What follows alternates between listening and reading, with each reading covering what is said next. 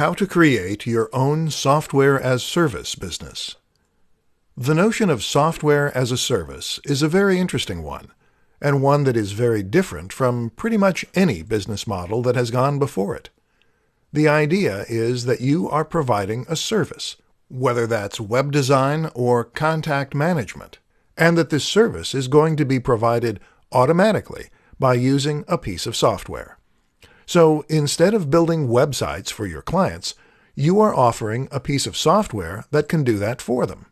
The great thing about these businesses is that they can provide services that would be impossible to offer any other way, and they can allow you to take a very backseat approach to running them, generating passive or near-passive income. So how exactly do you create such a business? 1. Come up with the idea. The first thing you need to do is come up with your business. This is easier said than done, of course, but one useful question to ask is whether you can in any way productize a service that you are already providing. This is how Matt Mullenweg came up with the idea for WordPress, by asking how his web design company could be made into a product, and thereby scale to unforeseen heights. Another question is to think about the tools you use on a daily basis and how they could be better as an SAS. 2. Implement the idea. The next step is to implement the idea. The problem with this is that it will very often involve programming using a web-based programming language. This is code that will run on a server, and common languages include PHP and Python.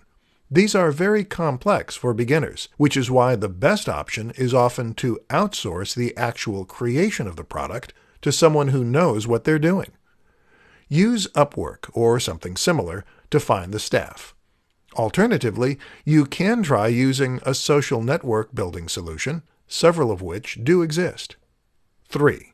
Market the idea. Finally, you just need to market your idea. A good place to start is with your existing client list, if you have one, and from there you can try building an email list as you would for any service. Often, SAS means B2B, but not always. Otherwise, you can try using advertising and more traditional means of internet marketing.